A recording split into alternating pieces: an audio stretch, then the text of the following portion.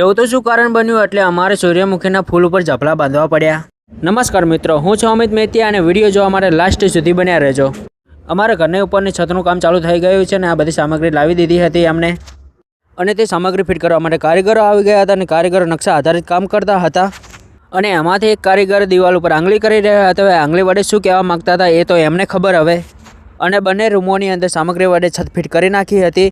અને પછી હું નીકળી ગયો કારખાને જવા માટે. જે કામ ચાલુ હતું, જે પાવડર બનાવેલો હતો, ત્યાં પહોંચી ગયો તો કારીગરો જબરું કામ કરી નાખ્યું હતું, કારણ કે ફટાફટ 400 ગ્રામની થેલીઓ ભરી નાખી હતી અને હવે સીવવાની બાકી હતી અને તેને મશીન વડે સીવી નાખવાની હતી, જે પેકિંગ થઈ જશે કમ્પ્લીટ. અને પછી હું ઝબલા લઈને ખેતરમાં પહોંચી ગયો, જે સૂર્યમુખીના ફૂલ ઉપર ઝબલા લગાડવાના હતા.